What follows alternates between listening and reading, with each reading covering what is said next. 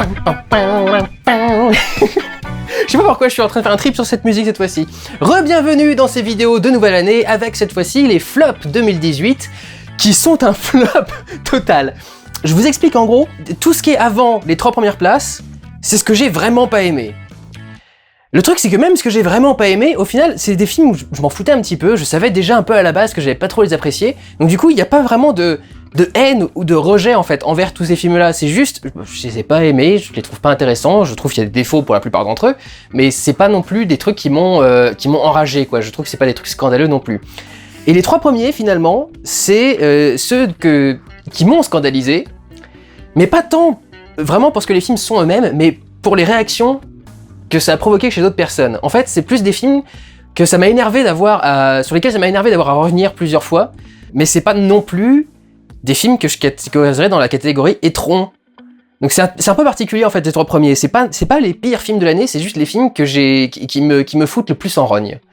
J'ai pas trouvé de meilleure façon pour faire mon classement en fait. Avant de commencer, un petit commentaire du coup sur ces tops. Il y a certaines positions sur lesquelles je vais faire des rapprochements entre certains films et d'autres films qui me sont évoqués par ce classement, mais que j'ai pas forcément mis au même endroit ou qui sont pas forcément même des ex-aequo. C'est juste que je trouve des ponts et des points communs entre les deux. On pourrait pour certains considérer qu'ils en font partie, mais je le préciserai à ce moment-là. Et la plupart des films ont eu droit à un vlog. Quasi tous, il y en a 2 qui n'ont pas eu de vlog. Donc encore une fois, j'essaierai de passer un peu plus rapidement sur les films qui ont eu des vlogs et vous pouvez aller plus en détail dans leurs vidéos respectives. Et je vais essayer de prendre un peu plus de temps pour ceux dont je n'ai pas parlé en détail. Donc voilà, c'est pas le flop le plus pertinent que j'ai fait de ma vie, mais ce sont tout de même les 10 films que j'ai le moins aimé l'année dernière. Donc si ça vous intéresse, allons-y avec le numéro 10. Les aventures de Spirou et Fantasio, réalisées par Alexandre Coffre. Comme je l'ai dit dans le vlog qui est sorti sur ce film, dans la longue liste des idées qu'il n'aurait jamais fallu avoir mais qu'on a eu et finalement réalisées, c'est pas si mal que ça. Mais alors mon dieu, on n'aurait jamais dû avoir cette idée quoi. On aurait... Les aventures de Spirou et Fantasio, c'est quand même space à adapter. Fantasio, pour le mettre en place, il faut mettre en place également le journal dans lequel il travaille. Et le journal, c'était censé être le journal de... Enfin, je sais plus comment ça s'appelle, le truc de BD franquin, enfin, je sais plus, quoi. Le journal de Spirou, quoi, même, justement. Donc, du coup, c'est space, parce que c'est méta, en plus. Donc, c'est une histoire d'aventure avec un personnage qui est méta, parce qu'il crée des BD avec des aventures... Enfin, c'est un peu compliqué à faire passer. Et ce qu'ils ont essayé de faire pour le faire passer ne passe pas du tout. C'est le personnage de Fantasio, il est détestable pendant tout le film. Sécotine, je sais pas qui c'est, mais c'est pas Sécotine. Spirou, c'est Spirou qui est un voleur à la base. Enfin, je veux dire, pardon, vous êtes sérieux ? Le héros, celui sur lequel on a fait des BD pendant des années, le mec sympathique, vertueux, qui pousse à avancer, etc. C'est un mec qui fait du vol à la base. C'est un mec qui vient tirer dans les chambres d'hôtel et qui du coup tombe sur le professeur Champignac, et le professeur Champignac en a rien à foutre, qui essaye de le voler et il devient son pote. Enfin, c'est nul, c'est débile. Surtout un mauvais casting. Je trouve que l'acteur c'est pas qu'ils sont mauvais, c'est qu'ils correspondent pas au rôle. Il y a déjà une différence d'âge monstrueuse entre Spirou et Fantasio, mais alors le Spirou ne correspond pas au Spirou avec ses cheveux bouclés, et le Fantasio a Alex Lutz, qui a 40 balais et quelques, enfin je sais même pas quel âge a Alex Lutz, mais enfin il fait pas très jeune finalement. Donc tu comprends pas, enfin je sais même pas d'ailleurs c'est la relation entre Spirou et Fantasio dans les BD jeunes, âgés, etc. Mais enfin, je trouve que ça se vend super mal et que ça passe pas du tout, et dans le cas ils correspondent pas à leur rôle. Même Ramzy Bedia en méchant, c'est pas... Enfin, ça passe, mais c'est pas le truc que j'aurais vu en premier lieu, en fait, dans un casting comme ça. Et ça peut être intéressant d'aller chercher des trucs qui sont pas vraiment... qu'on n'aurait pas prévu de voir, mais... Là, pour le coup, je trouve que ça marche pas, en fait, tout bêtement. Le plus gros défaut du film étant, à mon sens, le rythme qui est complètement foireux. Le scénario, bon... Mais le rythme, surtout, est pas très intéressant, je trouve. J'en ai parlé dans le vlog, c'est des problèmes dans différentes scènes et globalement dans l'avancée de l'histoire. Donc voilà, je trouve que les aventures de Spirou et Fantasio, c'était vraiment ni fait ni à faire et une très mauvaise idée. Passons au suivant, numéro 9. En numéro 9, L'amour est une fête, de Cédric Angers. Alors il y a pas mal de films français en fait dans ces flops. Il y a pas mal de films que j'ai essayé de retaper récemment justement pour essayer de voir un peu ce qui était sorti, donc c'est dommage. Mais... tu fais un film qui s'appelle L'amour est une fête, le sexe et l'amour en général sont traités de façon malsaine, la fête est déprimante, Donc déjà, je comprends pas, et peut-être que le titre est ironique à la limite, mais la bande-annonce donnait vraiment l'idée qu'on allait essayer d'appuyer sur le côté fête.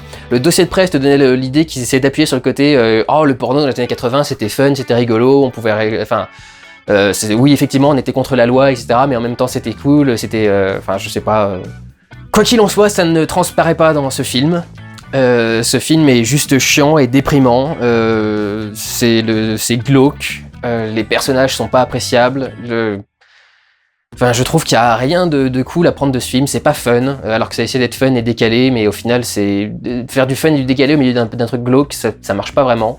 Et le fun est pas si fun, et le décalé est pas si décalé. Enfin, vraiment, je trouve que c'est un échec sur tous les points, ce film. C'est ni fait ni à faire. Donc voilà, je n'ai pas du tout aimé L'amour est une fête de Cédric Angers. Passons au suivant, numéro 8.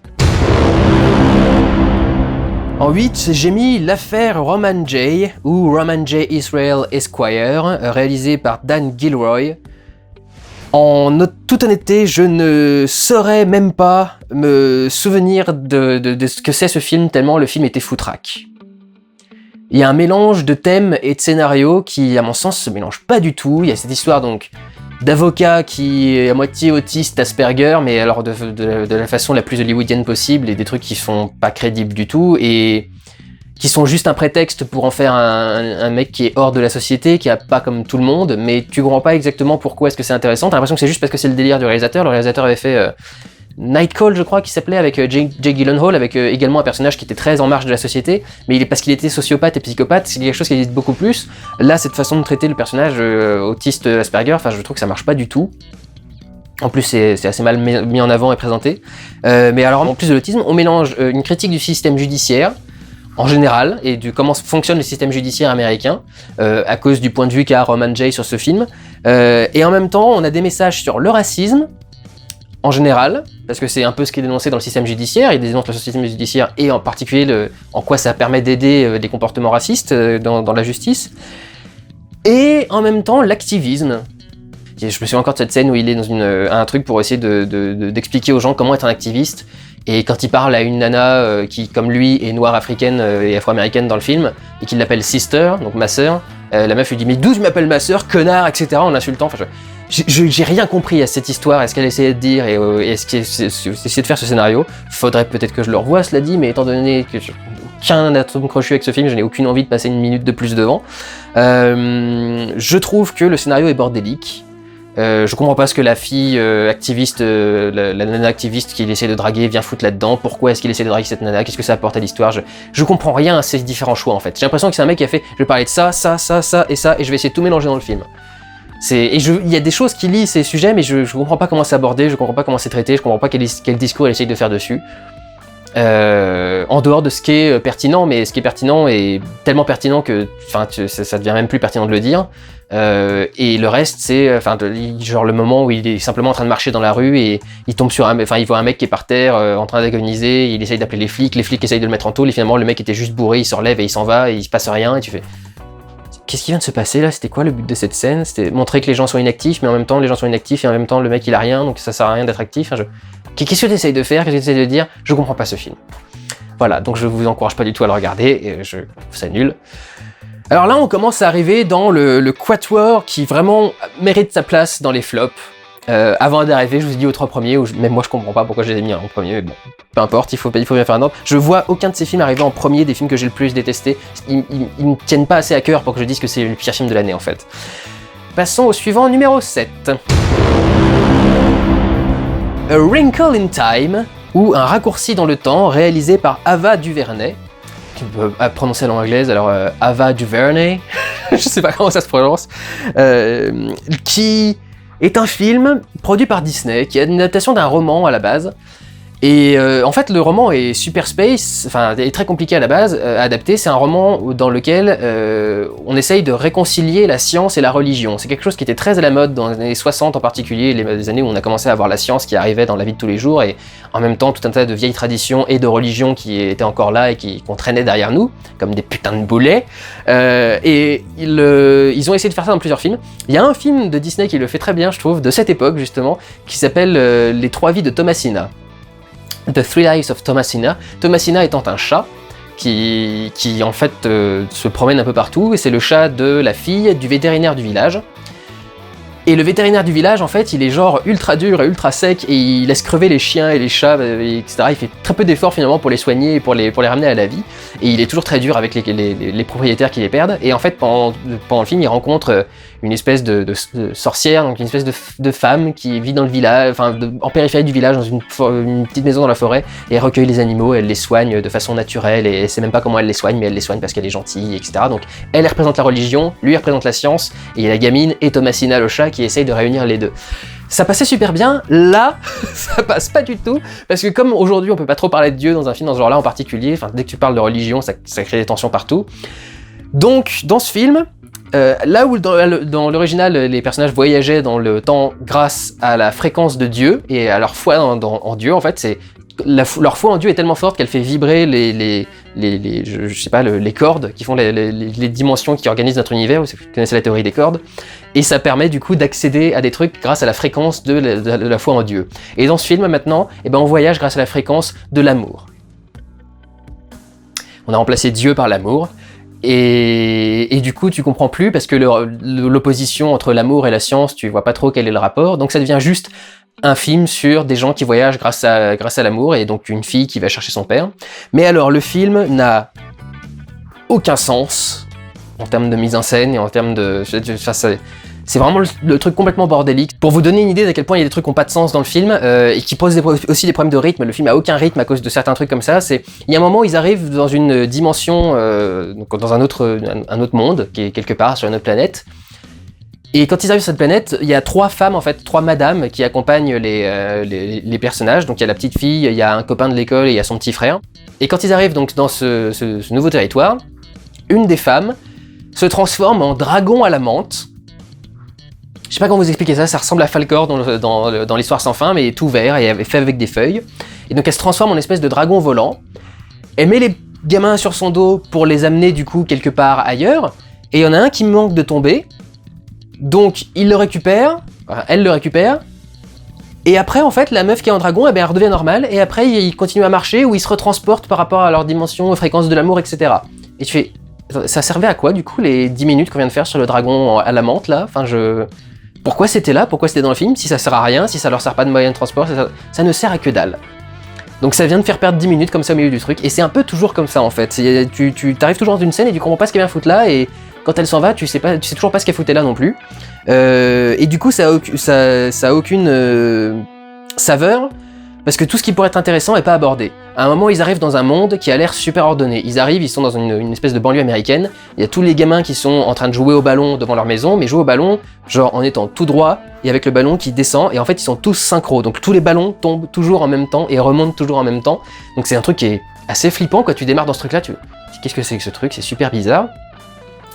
Et au final, ça sert à rien. Il y a une nana qui arrive, et une des mères de famille qui demande à ses gamins de rentrer. Elle voit les autres gamins en train de traîner, elle leur fait bah venez rentrer. Alors déjà, on vient de les prévenir qu'il y avait une espèce de truc genre le néant ou je sais pas trop quoi qui essaye de les manipuler. Et là, il y a une nana qui leur dit rentrez, on a du gâteau. Et il y a le gamin qui dit ouais d'accord, on y va. Mec, on vient de t'expliquer que tout le monde essayait de te manipuler dans ce monde. Il va pas, connard. Enfin donc le comportement des personnages n'a pas de sens. Et cette scène disparaît complètement ensuite. Et tu dis pourquoi est-ce qu'on était là-dedans en fait? Qu'est-ce que c'est de te prouver cette histoire de scène de monde ultra organisé, de machin, genre là, tu comprends pas vraiment.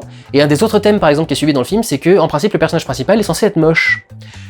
Et tu regardes la gamine qui joue dans le truc et tu fais, si cette gamine est moche, tout le monde est moche. Il y a un truc qui déconne là quand même. C'est toujours le truc de Disney, c'est on va prendre des moches mais pas trop moches quand même, hein, parce qu'il faut quand même qu'on ait des acteurs qui soient mignons, et puis c'est pas gentil de dire que les gens sont moches, et si on prend quelqu'un de moche, on dit que ça c'est moche, et donc du coup c'est pas bien, on devient des connards, etc. C'est Disney, l'aspirateur des SJW depuis des années et des années. Donc vraiment, tu comprends absolument pas à quoi tout ça sert. Et alors le délire va dans son extrême dans la scène où on a un gamin qui caresse la joue d'une Oprah Winfrey géante. Et tu fais what? Qu'est-ce que c'est que ce délire? Certaines des performances sont intéressantes. C'est ça qui est dommage, c'est qu'il y a des trucs qui sont sympas, mais le truc n'a aucun sens, tu comprends pas où ça va, tu comprends pas ce que ça essaie de dire, et tu comprends pas d'où ça vient non plus. Un des films les plus what the fuck et bordélique et inutile que j'ai vu dans l'année, quoi. Donc voilà, pour ce qui concerne le numéro 7. Passons maintenant au numéro 6. The Greatest Showman, réalisé par Michael Gracey.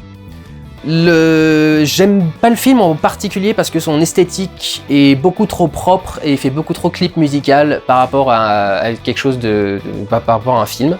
Ce qui est déjà quelque chose qui me plaît pas trop et qui était un peu le truc qui m'avait rebuté à la base, c'était le côté ultra hollywoodien, je dirais même quasi Broadway. Avec ce côté comédie musicale et qui est évidemment très prononcé puisque c'est là aussi bien le côté clipesque, mais vraiment le côté This Is Me, enfin les chansons ultra mièvres, les trucs dans ce genre là, pour moi c'est vraiment déjà un domaine de musique que j'aime pas trop. Ils essayent d'avoir des thèmes qui sont en fait pas du tout traités, ils essayent d'avoir le thème des gens différents avec du coup donc toute la bande du cirque. La femme à barbe, le gamin qui a une voix d'adulte, des trucs dans ce genre-là, je sais pas, c'est un nain peut-être le gamin. Si c'est le cas, ça se voit pas trop du coup vu qu'ils ont pris un gamin. Mais donc il y a tout ce truc-là, et au final ces personnages-là sont vraiment utilisés dans le film. Ils sont pas présents, ils sont utilisés dans le film, dans 2 scènes ou 3 maximum. Bon, tout le reste ils sont pas présents, juste pour dire qu'ils sont là et qu'ils existent. Et pour le reste, ils servent vraiment à rien. Et du coup, peut-être qu'ils ont confiance en eux et qu'ils disent This is me et qu'ils sont là, sauf que tu vois pas vraiment ce qu'ils ont eu à vivre de catastrophique jusque-là, par exemple. T'as pas vu la vie de la femme à barbe avant d'arriver ici, ou je crois pas, hein, j'ai vu le film il y a longtemps, mais tu l'as pas vu, t'as pas vu sa femme à barbe avant la vie de cette nana avant qu'elle arrive. Donc tu vois pas ce qu'elle fuit, ce qu'elle a vécu dans sa vie, ce qu'il y a de si différent, en quoi est-ce qu'elle est intéressante, en quoi est-ce qu'elle est pertinente. Elle est juste là pour être différente. Elle comme tout le reste, hein, c'est juste que c'est une de celles qui est le plus mise en avant dans ce groupe, et vraiment tu sais pas à quoi ça sert. Tout comme la romance mixte entre le personnage de comment il s'appelle, Zac Efron, et la nana afro-américaine avec qui il sort, et vraiment juste pour dire qu'ils ont une relation entre un blanc et une afro-américaine, pour avoir le côté la famille qui rejette le partenaire différent, et eux qui sont non on s'aime quand même et on vous emmerde et on va faire la révolution et tout le bordel. T'es gentil, mais encore une fois, on voit pas ce que tu viens foutre là. Et en fait, tout ça vient un peu servir le message que, comment il s'appelle, P.T. Barnum, c'est ça, le mec du Greatest Showman, est un connard qui a exploité des gens et qui a finalement eu une rédemption. Ce qui est totalement faux, pour ceux qui ne seraient pas au courant. Alors, il y a une chaîne que j'adore suivre qui s'appelle The Cynical Historian, qui est un mec qui est historien et qui analyse les films basés sur des faits réels par rapport à la réalité historique. Et sur Greatest Showman, c'est un des films sur lesquels il s'est le plus énervé parce que en fait, le P.T. Barnum, il n'était pas du tout aussi salaud que ça a été présenté dans ce film-là, ou que ça a été dit à plusieurs reprises. C'était même un mec apparemment plutôt respectable, plutôt noble. Il a fait beaucoup de cirque de puces, quoi, de trucs un peu foireux dans sa vie qui n'ont pas trop marché, mais ce truc-là avait un peu marché, et le mec a fini, je crois, gouverneur au final d'une région, un truc genre là, donc pas le genre de mec qui devient n'importe quoi, et apparemment pas un connard du tout. Ce que le film pourtant essaie de faire croire, notamment par exemple avec la scène où le mec quitte sa femme et sa famille et son enfant pour partir avec une des performeuses, qui dans la vraie vie l'avait détesté, et lui n'a jamais été volage, n'a jamais quitté sa famille, sa femme et ses enfants, etc. Donc tu comprends pas pourquoi est-ce qu'on essaie de te créer cette histoire complètement fausse en tout point en fait. On a pris un truc qui existait plus ou moins, et on a tout tiré dans les extrêmes sans jamais essayer de se modérer un petit peu, quoi, essayer de rester un petit peu proche de la réalité, ou essayer de le traiter correctement. C'est juste là pour essayer d'avoir une histoire à raconter, quoi. Donc j'ai détesté absolument tous les aspects de ce biopic, qui est un faux biopic, et je trouve que le biopic est pas bon, et la comédie musicale, je déteste ça, et je la trouve pas bien faite, et en plus c'est vraiment le style de musique et de comédie musicale que j'aime pas. Et en ces points, j'aimerais rapprocher ce film d'un certain Bohemian Rhapsody, qui a vraiment marqué beaucoup de gens qui apparemment étaient très fans de Queen, mais qui devaient pas du tout connaître l'histoire. Parce que, alors moi déjà quand j'ai vu le film, j'ai dit que le film était très moyen. C'était ni bon ni mauvais, c'était juste voilà, un film sur un groupe, mais c'était le film le plus lambda que vous ayez vu sur un groupe, avec tout ce qui s'est passé dans l'histoire du groupe, sauf qu'au moins le film avait eu le mérite de m'apprendre l'histoire de Bohemian Rhapsody. Sauf que depuis j'ai vu les commentaires que vous avez laissés sous les vlogs, qui m'ont révélé que 95% de l'histoire de ce film est fausse. De A à Z. La rencontre s'est pas passée comme ça. La relation entre Freddy et sa famille et le groupe s'est pas passée comme ça. Et avec son ex, c'est pas passé comme ça. Ses relations amoureuses se sont pas passées comme ça. Il a pas découvert qu'il avait le sida à ce moment-là. Le groupe s'est jamais séparé parce que Freddy est parti faire un album solo. Ils avaient déjà fait des albums solo, le guitariste et le bassiste, je crois, avant que Freddy fasse le sien. Ça n'a jamais créé une faille dans le groupe. Et ils se sont jamais séparés pendant des années en grande colère, avec une grosse engueulade. Ils ont jamais eu à essayer de se réconcilier pour faire le concert de Live Aid juste avant. Ils avaient sorti un album apparemment juste avant que le concert soit fait. Enfin, rien n'est vrai. Le manager qui a été viré soi-disant dans une voiture en plein milieu de la rue, ça n'est pas existé non plus. Enfin, apparemment, son partenaire homosexuel qu'on voit à la fin et qui, dans le film, le fout dans la coke, dans le bordel, dans la drogue, et le pousse du coup presque à avoir son sida, et qui est ensuite représenté en train de le dénoncer à la télévision. Je pense que la partie dénonciation à la télévision existe, ce qui me pousse à dire que le mec est quand même un con quelque part. Faire un coming out forcé de quelqu'un qui t'a largué, c'est quand même vraiment un comportement de trou du cul. Mais, a priori, quand ils étaient ensemble, il était pas trou du cul. Enfin, apparemment, l'histoire et la biographie n'a pas retenu de vrais coups de pute de la part de ce mec-là. Donc, en fait, Bohemian Rhapsody, c'est un tissu de mensonges de A à Z. Et on a fait un tissu de mensonges lambda, quoi. C'est-à-dire que on ment même pas pour... C'est un mec qui te raconte, mais même pas pour te dire que, je sais pas, il y a un truc géant en train de détruire une ville, c'est juste pour te dire que il y a une feuille sur le bureau alors qu'il n'y a pas de feuille sur le bureau. Enfin, on te ment pour te raconter le truc le moins intéressant du monde. Je comprends pas cette décision, je comprends pas ce film. Enfin, si je le comprends, c'est les membres du groupe Queen qui ont absolument voulu lisser leur vie et tout le bordel, qui ont voulu se montrer ultra pertinent et ultra important dans le groupe alors qu'il n'était pas forcément, etc. Enfin, des guerres d'ego et des trucs à la con. Et surtout un film qui n'a aucun intérêt, quoi, puisque c'est un biopic qui raconte que des conneries, ça n'a aucun intérêt. Si vous avez vu les musiques de Queen et que ça vous a fait plaisir, c'est cool.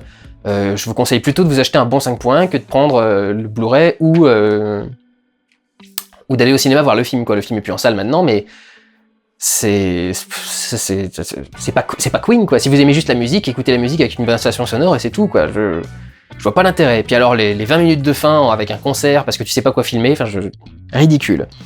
Bref, Bohemian Rhapsody pour le coup, je le mettrais un peu en ex-aequo dans mes pires films de l'année au numéro 6. Encore une fois, je suis pas fan de Queen, donc c'est pas un truc qui m'a ulcéré profondément. C'est juste avec le recul de me dire non, finalement le film était non seulement très moyen, mais en plus toute l'histoire est fausse. Donc ça n'a aucun intérêt. Passons maintenant au suivant qui va aller vite, numéro 5. 50 Shades of Freed, réalisé par James Foley. J'ai vu des gens dire que j'allais pas mettre ce film-là dans mes flops parce que c'est trop évident et trop facile. C'est effectivement évident et facile. D'un autre côté, je l'ai fait pour toutes les années d'avant parce que ce sont parmi les pires films qui sont sortis dans l'année. C'est des films qui se tiennent pas, qui ont des scénarios stupides et ridicules. Maintenant, faut-il vraiment expliquer ? Numéro 4.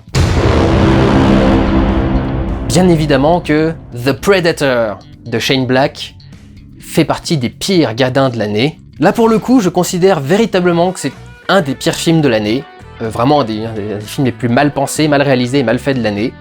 Mais comme j'avais pas d'attachement particulier, j'attendais pas particulièrement ce film, je suis pas fan de cette saga, ça m'a pas beaucoup marqué, quoi. C'était une blague en fait. Genre c'est une blague qui a mal tourné, c'est ça, c'est le mec qui est venu avec un scénario, il a dit, pour déconner, il a fait tiens regarde c'est le scénario du nouveau Predator, alors que c'était juste une connerie qu'il avait écrit comme ça pour déconner, et le producteur a fait oh non c'est cool on va le réaliser. Enfin, je sais pas comment ça s'est passé mais c'est une catastrophe. C'est une catastrophe. Je vous rappelle, on a un prédachien qui pète.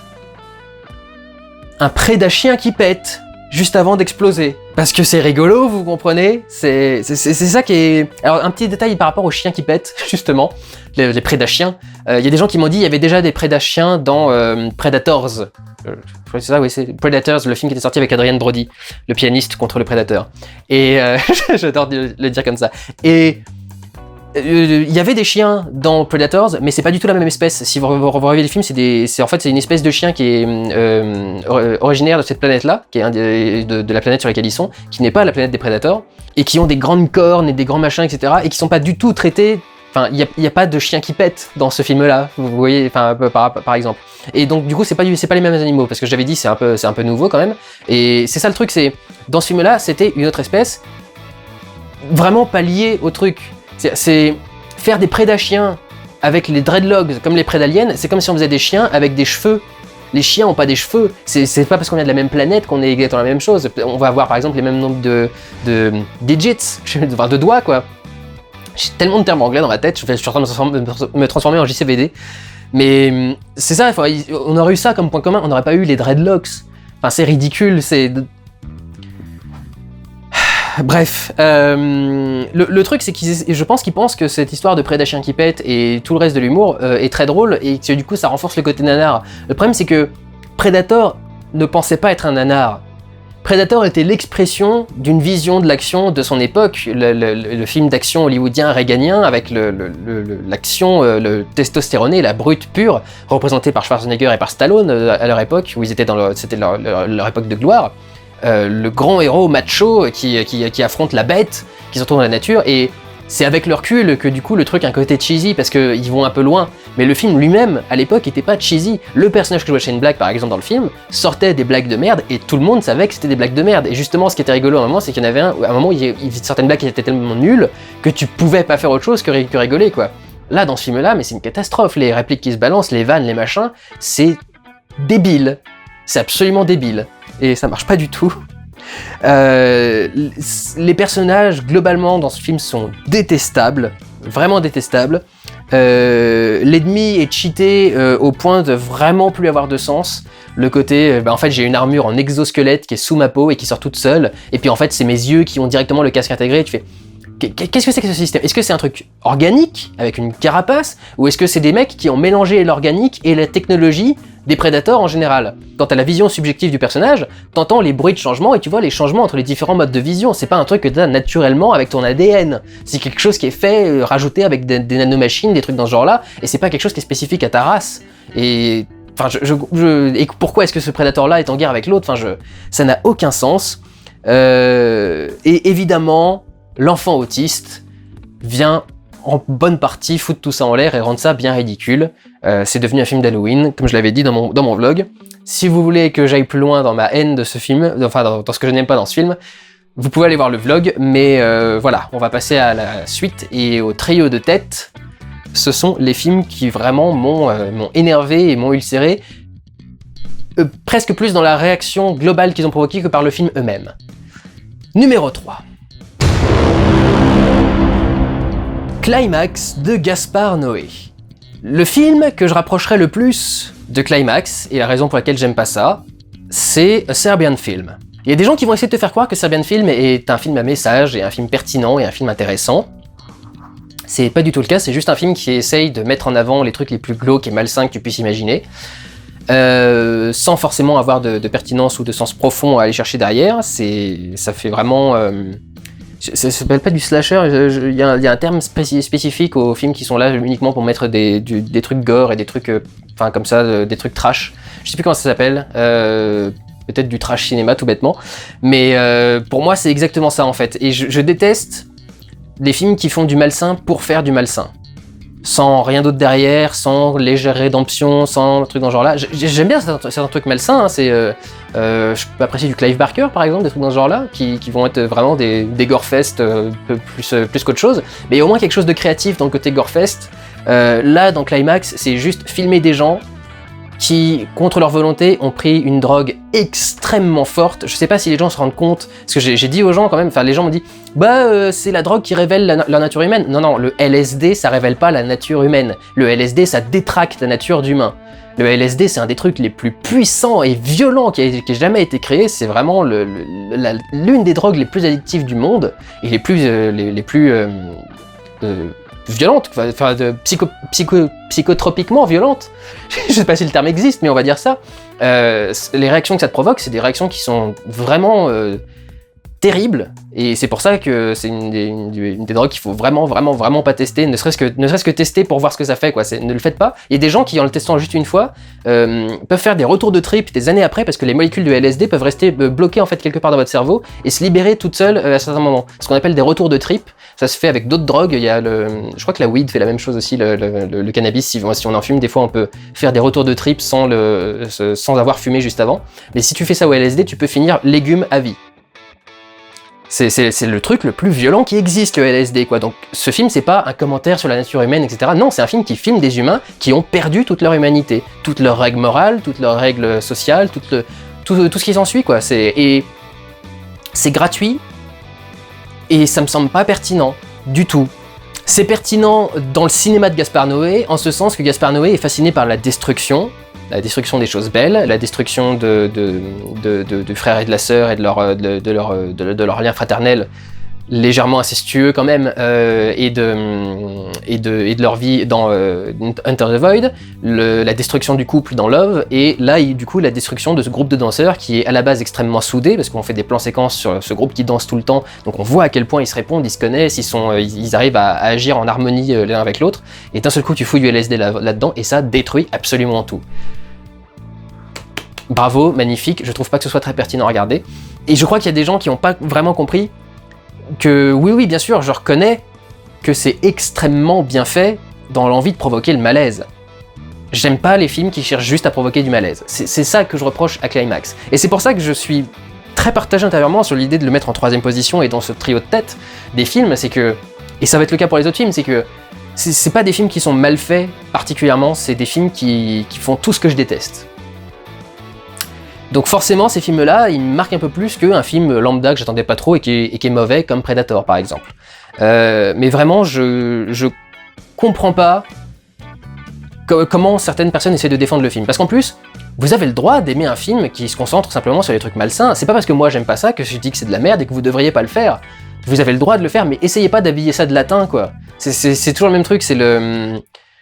Tout a l'air plus intéressant et pertinent quand c'est habillé de latin. Tu viens regarder ce truc-là et tu fais c'est une critique du comportement social humain, etc. Non mec, tu te branles la nouille en disant ça. C'est juste des gens qui justement n'ont plus aucun contrôle. Donc ça critique rien, ça te montre ce qui se passe quand les gens n'ont plus de contrôle. C'est tout. Il n'y a pas de message, d'analyse, de machin. C'est une étude de thème, quoi. C'est une étude de la destruction par Gaspard Noé. Et vous avez le droit d'aimer ça, vous avez le droit de regarder ça, vous avez le droit d'être fasciné par ça, vous avez le droit de trouver ça intéressant. Moi, je déteste ça. Ce qui révulse, c'est ce qui répugne, et ce qui dégoûte, et ce qui est triste, et ce qui est difficile, c'est ce qui est le plus facile à transmettre en fait au cinéma. Vous filmez, je sais pas, une femme qui est en loque dans la rue avec son enfant mort au milieu des bras, alors qu'elle essaye encore de le mettre à la tétine ou un truc genre là. Enfin, évidemment, vous tirez le pathos sur la caisse, évidemment que ça va marcher, quoi. C'est pas forcément le truc le plus compliqué à mettre en place. Juste montrer des malheurs arriver à des gens, je trouve pas ça pertinent. Et c'est ça, Climax. Donc voilà, j'ai pas du tout aimé Climax. Si vous l'aimez, tant mieux pour vous, hein, mais moi j'aime pas ce genre de cinéma. De la même façon que j'aime pas les torture porn à la Hostel par exemple. Un saut à quelque chose d'un peu plus profond parce qu'il y a un côté psychologique au-delà de la torture physique, mais quand c'est juste la torture physique, vraiment j'y arrive pas. Et c'est pas de la torture psychologique parce que leur psychologie elle est au LSD quoi. Donc voilà. Voilà pour ce qui concerne Climax. Passons maintenant au numéro 2, qui va à mon avis encore en énerver quelques-uns. Numéro 2. Three Billboards Outside Ebbing, Missouri, réalisé par Martin McDonagh, que je n'ai pas aimé, encore une fois, parce que c'est un film qui fait bien ce qu'il fait, encore que, je trouve que celui-là j'ai des reproches à lui faire, mais qui fait tout ce que j'aime pas. Et là, typiquement, c'est le film cliché à Oscar pour essayer d'avoir une statuette dans l'année, et la preuve, c'est qu'ils l'ont eu d'ailleurs. Sam Rockwell l'a eu par exemple dans son rôle secondaire, et je crois que c'est Frances McDormand qui l'a eu également cette année, donc les clichés de personnages qui sont intéressants à explorer quand tu veux avoir une statuette, donc par exemple la femme à fort caractère, la nana qui... Et une expression anglaise, c'est no fucks given. C'est je vous emmerde, je suis comme je suis, et allez vous faire foutre, et si je veux mon truc, je vais me battre pour mon truc, etc. etc. Donc ce genre de personnage qui est vraiment déjà très très cliché, avec en face ce flic raciste joué par Sam Rockwell, qui lui aussi a eu sa statuette. Et c'est tellement cliché aussi le rôle du flic débile, raciste, etc. Mais qui quand même au final va avoir un bon fond qui va se révéler à cause de tel ou tel événement. Enfin, je trouve ça vraiment... ça me débecte, enfin, ça m'énerve d'avoir des trucs, parce qu'en plus ça a marché, c'est ça qui m'énerve, c'est de voir que ça a marché et que les mecs des Oscars sont aussi crédules que ça. Le côté cancer aussi, évidemment, d'un des personnages qui fait aussi très cliché dans ce truc-là. Même si j'avoue que la façon de le mettre dans le scénario était assez étonnante, je trouve pas que ce soit pertinent non plus, et j'ai du mal à comprendre en quoi c'est pertinent par rapport au reste de l'histoire. J'ai du mal également avec le côté extrêmement mélo, enfin j'en ai déjà parlé, mais le fameux panneau qui en fait est le panneau en dessous duquel sa fille s'est fait agresser, et sa fille s'est donc fait agresser à 100 mètres de la maison, donc elle aurait pu l'arrêter, mais en fait elle s'en est pas rendu compte, donc du coup j'étais à 2 pas de ma fille quand elle se faisait agresser. Tu sors le violon quoi. Justement pour tirer encore plus le côté mélo, j'ai trouvé détestable le côté fausse piste qui sert à rien à part te montrer oh mon dieu c'est une fausse piste et finalement elle l'aura pas, etc. Parce que le côté fausse piste est tellement mis en avant, je veux dire, quand tu vois ce personnage tu ne peux rien te dire d'autre que ah bah oui c'est lui évidemment. Si c'était un autre personnage, il a aucune raison de se comporter comme ça n'a aucun sens. Enfin c'est juste écrit dans le scénario pour te faire croire à un truc, mais sinon ça n'a vraiment, c'est complètement inexplicable, comme la résolution de fin d'ailleurs. Je comprends pas comment les personnages ont enfin fait leur deuil ou leur prise de conscience par rapport à ce qu'ils devaient apprendre dans le film, juste avec les 2 scènes de fin qu'on a. Genre confrontés au fait de le faire pour de vrai, ils se rendent compte de ce que ça fait d'eux ou un truc dans ce genre là, mais enfin t'as pas besoin d'être dans la bagnole au moment de le faire, enfin bref, je déteste comment ça arrive. Y a tous ces personnages que je trouve complètement inutiles, le personnage du loueur par exemple, qui va se faire agresser par le flic à un moment, et il sert un peu qu'à ça, parce que est-ce qu'on a vraiment besoin de voir le mec à qui la nana va louer ses panneaux. Le personnage du nain également, qui est joué par Peter Dinklage, qui pourrait être pertinent, enfin on parle de son nanisme par exemple, mais le personnage n'a aucun intérêt dans l'histoire, il apporte rien au personnage c'est Mildred, hein, je crois qu'elle s'appelle. Il apporte rien au reste du scénario, il apporte rien aux autres personnages, il est là pour être là quoi, enfin tu te demandes vraiment ce qu'il fout là. Et même ce qu'il pourrait dire sur certains personnages, tu pourrais le dire tout à fait autrement sans avoir besoin de le rajouter, enfin, vraiment je comprends pas ce qu'il fout là. Et globalement je trouve tous les personnages du film détestables. Que ce soit elle, la Mildred là, qui est complètement tarée, qui est folle, qui est agressive avec tout le monde. Enfin pour moi, je suis désolé, moi je vois une nana comme ça, je la fais interner. Enfin, c'est à ce niveau-là d'hystérie et de folie, ça devient compliqué. Je sais bien qu'elle a vécu quelque chose de grave, mais il y a beaucoup de gens qui pètent un câble quand ils vivent quelque chose de grave et qui sont internés ensuite. C'est pas forcément quelque chose d'insultant à dire. Elle a un pet au casque, quoi. Elle va pas bien la meuf. Et c'est pas juste ce qui vient de lui arriver, parce qu'on a des flashbacks avec comment elle était avant. Elle était déjà rentre dedans comme ça et assez conne. Donc elle est détestable, les flics sont détestables, le personnage de Woody Harrelson, il est pas détestable, mais inutile, et puis il sort du film au bout d'un moment. Dinklage, il sert à rien, le loueur, il sert à rien. Ses enfants sont assez détestables, son ex-mari est détestable, tous les personnages sont détestables dans ce film. Et sans aucune trace de rédemption. Enfin, pour moi, il y a vraiment rien qui te permet de te dire ah, effectivement, c'est des cons, mais on les apprécie quand même. Non, pour moi, c'est juste des cons. Le passage qui te permet de les apprécier, je le vois pas, quoi. Elle veut voir ce qui est arrivé à sa fille. Oui, enfin c'est un peu normal quoi. C'est pas un truc qui permet de te racheter en tant que personnage. Donc voilà, j'ai vraiment pas aimé Three Billboards Outside Ebbing, Missouri, mais je trouve aussi qu'il y a vraiment des choses qui vont pas dans le film. Maintenant, c'est surtout des goûts personnels. Le film n'est pas un film de tâcheron, le film est assez esthétiquement réussi et techniquement réussi, et j'aime pas ses choix, mais on a le droit de faire ses choix si on veut. Donc encore une fois, deuxième du classement, c'est surtout parce qu'il m'a gonflé par rapport à certaines réactions et par rapport à certaines personnes qui l'ont défendu. Passons enfin au numéro 1 de ce classement, le film et les réactions autour du film que j'ai le plus détesté de l'année 2018. Numéro 1. Call Me By Your Name, réalisé par Luca Guadagnino. Guadagnino, pardon. Je vais essayer de rester calme.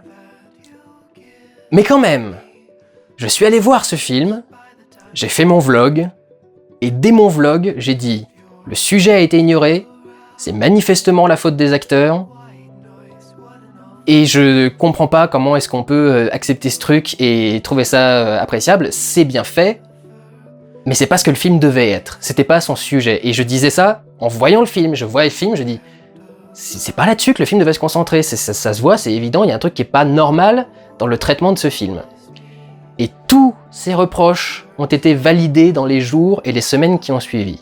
Tout a confirmé que ce film n'était qu'un immense geste commercial de la part de Hollywood, qui veut se la péter à faire des films gay-friendly et ouverts aux gays, sans mettre d'homosexualité et de vraiment traiter le côté gay des personnages dans leurs films gays.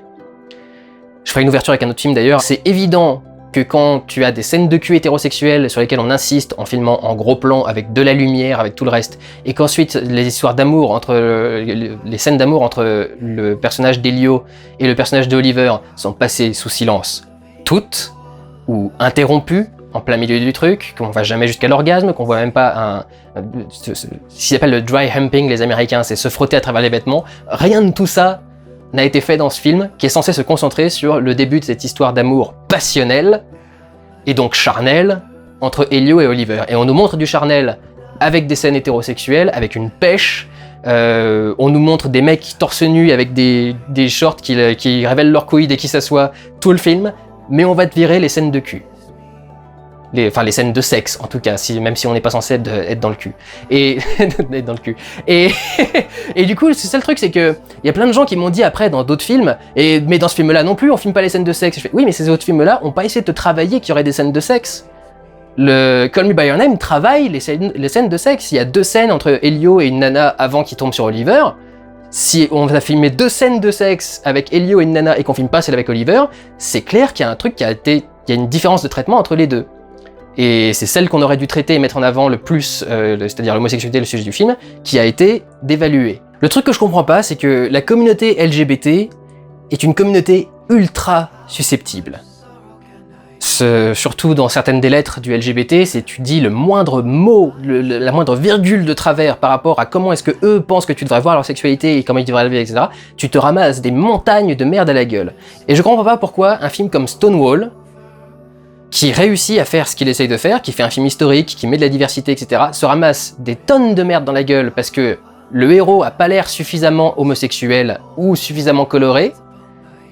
Et pourquoi Call Me By Your Name, au prétexte que c'est une petite romance bien niaise, qui marche, hein, le côté niais de la romance marche très très bien, a le droit de nier totalement la sexualité des personnages, de décider de la retirer du film, pour faire plaisir aux spectateurs qui ne sont pas homosexuels, donc ce qu'on appelle le grand public en général, qui va donc pouvoir aller voir une histoire d'homo sans avoir d'homo sous les yeux et d'avoir de vrais trucs charnels sous les yeux, quoi. Donc c'est en fait tout ce qui permet de voir une relation sans vraiment que la relation soit concrète. Même James Bond baise dans ses films, quoi. Enfin, il y a toujours une scène de cul quand James Bond se tape quelqu'un. Dans Call Me By Your Name, on le voit se taper une pêche et une meuf, et quand il y a un mec qui vient le sauter, on regarde la fenêtre, ou alors il arrête de le sucer en plein milieu du truc, ou alors le mec se met à chialer carrément dans une grange sous un toit, etc., parce que on l'a surpris en train de se taper une pêche. Mon Dieu. Enfin, c'est pas censé être comme ça dans l'histoire d'origine. Et alors justement, tout ça a été confirmé en fait. Le film n'a pas été pensé pour être tendre à la base. Le film a été pensé pour être beaucoup plus charnel. Et il est tendre par défaut, par dépit, parce qu'on a retiré tout le côté charnel. Et tout ça a été confirmé, le fait que le sujet de l'homosexualité ait été ignoré a été confirmé par James Avery, qui est le mec qui a écrit l'adaptation donc de ce roman en script, et qui avait écrit des scènes qui tournaient dans le lit, justement, des scènes de discussion au matin, ou des trucs dans ce genre-là, et des choses qui permettent d'avoir du coup des scènes qui sont beaucoup plus réelles. Je veux dire, ne serait-ce que ça, ne serait-ce que les avoir vus à poil parler le matin dans le lit, avoir une conversation sur ce qui vient de se passer, etc. Même ça aurait été un peu plus charnel et un peu plus profond, quoi. Je veux dire, il y a 1 ou 2 plans où on les voit vite fait en train de dormir dans les bras de l'un de l'autre, mais rien de vraiment très passionné, quoi. Enfin, c'est même exactement l'inverse presque, parce que Elio est complètement dépassionné dès le lendemain et tu comprends toujours pas pourquoi. Parce que c'est mal écrit en plus, je trouve que c'est mal écrit, on comprend pas ce qui se passe dans la tête des personnages. Je comprends toujours pas pourquoi Elio a regardé Oliver au début en disant « Oh, l'imposteur ». Et j'avais dit que clairement, le réalisateur avait décidé d'adoucir les scènes de cul ou les avait retirées, enfin avait adouci l'histoire en général en retirant les scènes de cul. Et j'avais dit que c'était très probablement parce que les acteurs hétérosexuels n'avaient pas envie d'aller jusqu'au bout. Par contre, ils avaient bien envie de jouer le rôle d'un homosexuel pour avoir leur statuette. Le problème, c'est que quand tu vas avoir ta statuette pour un rôle d'homosexuel, il faut avoir envie de te mettre ta statuette dans le cul à un moment ou à un autre, quoi. Ou au moins de faire semblant. Tu es acteur, c'est ton boulot. Je tiens à préciser ça parce qu'il y a des gens qui ont mal compris ce reproche. Des gens qui pensent que je fais comme les transsexuels qui disent « toutes les trans devraient être jouées par des acteurs trans ». Je fais bah, le principe d'un acteur, c'est de jouer un rôle, donc je conçois que ce serait bien qu'il y ait plus de trans qui jouent des personnages trans. Dans Sense8 par exemple, c'est super bien. Maintenant, faut aussi comprendre le système hollywoodien, le système de marketing, bankable, les acteurs qui sont intéressants ou pas. Et un acteur est quand même censé pouvoir jouer un autre rôle. Je veux dire, ça reste aussi intéressant d'avoir dans certains films des acteurs féminins qui jouent des hommes ou des hommes qui jouent des femmes. Enfin, des acteurs féminins qui jouent des... C'était particulier ce que je viens de dire. Bref, le problème c'est qu'ils ne sont pas homosexuels et qu'ils ne veulent pas jouer l'homosexuel. C'est ça le truc, c'est qu'ils veulent bien à la limite faire des petits bisous, faire des trucs à la con, et à la limite je veux dire des mecs qui s'embrassent dès qu'il y a une soirée un peu bourrée dans certaines boîtes, il y en a toujours qui finissent par faire ça une fois ou deux. Donc ça arrive quoi, c'est pas non plus le truc le plus catastrophique à faire. Quand tu viens dans un film pour jouer un rôle d'homosexuel, t'essayes de jouer un rôle d'homosexuel cohérent à peu près jusqu'au bout quoi. Et il a donc été confirmé tout à fait officiellement, je crois même que c'est Armie Hammer lui-même qui l'a confirmé, qu'à la base, les acteurs ont été engagés pour jouer les homosexuels et avoir des scènes de nus et des scènes de sexe simulées, évidemment simulées, et ils l'ont retiré. Ils avaient une clause dans leur contrat qui leur demandait d'être nus et d'avoir des scènes de cul, et au final sur le tournage ils ont dit bah en fait non, ça me plairait pas trop. Y a pas un truc qui déconne là quand même, et je comprends pas pourquoi la communauté LGBT réagit pas là-dessus quoi. En fait c'est littéralement plus ça qui m'énerve que le film. Le film c'est une petite romance qui clairement a loupé son truc sur la sexualité, mais si vous n'avez pas envie de voir de la sexualité et que vous préférez voir une romance, très bien, c'est une romance par défaut, par dépit, mais peu importe, si vous avez envie de voir une romance, regardez-la, et en tant que romance, le film passe bien, j'ai parlé de sa mise en scène, j'ai parlé de plein de trucs qui passaient bien dans le côté romance. Mais c'était pas ce que le film devait filmer. Pourquoi la communauté LGBT laisse passer à ce film ce qu'elle reproche à tous les autres depuis des années? Je suis perdu, je ne comprends pas, et en fait c'est ça qui me gonfle. Et littéralement, j'ai quand même évidemment quelques amis LGBT, à chaque fois que je parle de ce film avec eux, même avec des amis qui sont pro-LGBT, qui sont pas forcément gays, lesbiennes ou quoi que ce soit, mais qui ont des amis, qui se sentent proches et qui veulent aider, même eux, je suis à chaque fois en train de m'engueuler avec eux pour essayer de leur faire rentrer dans la tête ce qui est évident et admis par le réalisateur, le scénariste et l'acteur, c'est-à-dire que le film a fait une croix sur son sujet, qu'il s'est détourné de son sujet. Il n'a pas voulu montrer son sujet. Il l'a retiré du script. Et personne ne veut accepter ça. Et à chaque fois que j'insiste sur le truc, les gens sont en train de commencer à m'engueuler en disant « Mais t'acceptes pas les opinions des autres, etc. » Je fais « Mais je m'en fous, t'as l'opinion que tu veux. Je reconnais les faits. Les faits sont là, ils ont été validés par les gens. Ce film, c'est un film qui renie son sujet. C'est un film qui renie son homosexualité. Je comprends pas comment ça peut passer comme une lettre à la poste pour la plupart des gens. Ah! Et justement, parce que je suis pas un mec militant LGBT à la base, je suis pas en train de prendre la tête pour le premier film homosexuel qui sort, etc. Mais... Oh mon Dieu! Comment est-ce qu'on peut à ce point ne pas réagir? Et je crois que c'est parce que Chalamet laisse plus ou moins sous-entendre qu'il serait bisexuel, voire gay, et que du coup il est super à la mode au niveau de la communauté LGBT, etc. Enfin, personnellement, tant que je l'ai pas vu rouler une pelle à un vrai mec et l'amener dans une soirée en disant que c'est son copain, je le crois pas, le Timothée Chalamet. Et quoi qu'il fasse, de toute façon, j'aime pas sa gueule, j'aime pas sa façon de jouer le truc, j'aime pas sa Enfin, j'ai aussi effectivement quelques problèmes avec Chalamet à la base, mais c'est le premier film dans lequel je le voyais, donc j'ai pas de problème avec lui avant. Je l'ai découvert dans ce film-là et je l'ai détesté. Bref. Ça devient un petit peu long du coup pour les flops, mais je voudrais quand même faire une petite ouverture avec ce film, sur un film que je considère pas comme étant un des pires films de l'année à ex-aequo avec ce film, mais un film qui souffre un peu des mêmes problèmes, qui s'appelle Love, Simon, qui est sorti cette année.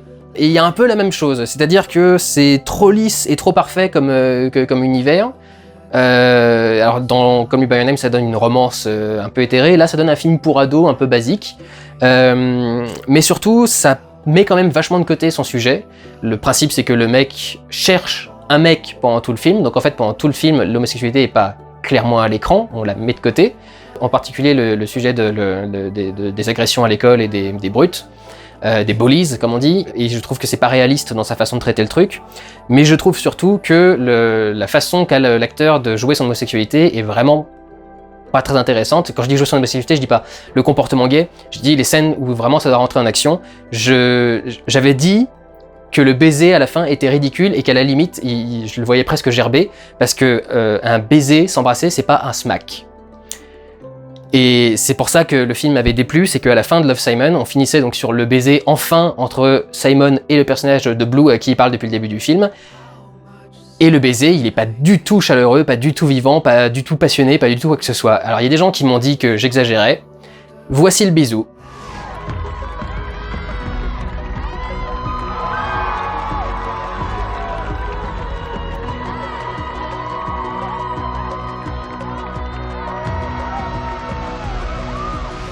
Ah, dis donc, excusez-moi, mais je j'ai des vapeurs tellement la passion était présente dans cette scène, quoi. C'est incroyable, c'est une telle passion entre les personnages, sublime, magnifique.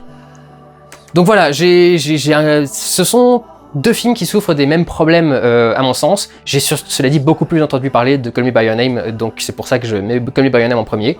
Ce sont des films qui renient leur sujet, et que je trouve au final extrêmement néfaste par rapport à ce qu'ils essayent de mettre en avant, parce qu'ils le mettent très mal en avant. Pour moi, c'est l'homosexualité tel que Disney l'aurait traité, par exemple. Et pas un truc pertinent, intéressant, terre à terre, réaliste, charnel. Voilà.